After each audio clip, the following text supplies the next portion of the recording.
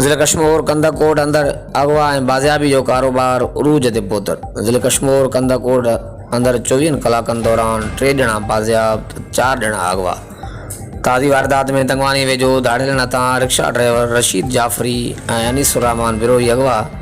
कश्मीर कंदाकोट ज़िले अंदर अगवा के केसनि में इज़ाफ़े ते शहरनि में ख़ौफ़ वारो माहौल छाइजी वियो। दाड़ियलनि जे ख़ौफ़ खां शहरी पंहिंजे कारोबार ते डिॼी वञण लॻा। कंदाकोट ज़िले अंदर अगवाकारनि जे ख़ौफ़ खां शहरनि पंहिंजे स्कूल वेंदड़ ॿारनि खे बि घरनि में वेहारे छॾियो। अगवाकारनि जे भव खां स्कूल वेंदड़ ॿारनि जी तालीम मुतासिर थियण लॻी। हर तरफ़ चोरनि ऐं अगवाकारनि जूं मौजूं ई मौजूं। चोर ऐं धाड़ियल बासानी शहरनि अंदरि घिड़ी शहरनि जूं मोटरसाइकिलूं ऐं ॿियो सामान चोराइण सां गॾोगॾु शहरनि खे अगवा करण लॻा। वाज़े रहे त गुज़िरियल 12 कलाकनि अंदरि कचे जे दाड़ियलनि पारां 4 माण्हुनि खे अगवा करे कचे तरफ़ फ़रार थी वञण में कामयाब थी विया। पुलिस ॾोहारनि अॻियां बेवसी जी तस्वीर बणियल।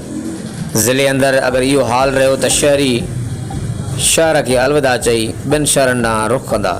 ज़िले जे मुख़्तलिफ़ हंधनि मां अगवा थी वियल कचे जे धाड़ियलनि जे क़ैद में मुग़ियुनि जो तइदादु 23 थी वियो, जंहिंखे पुलिस बाज़ियाब कराइण में नाकाम वई आहे।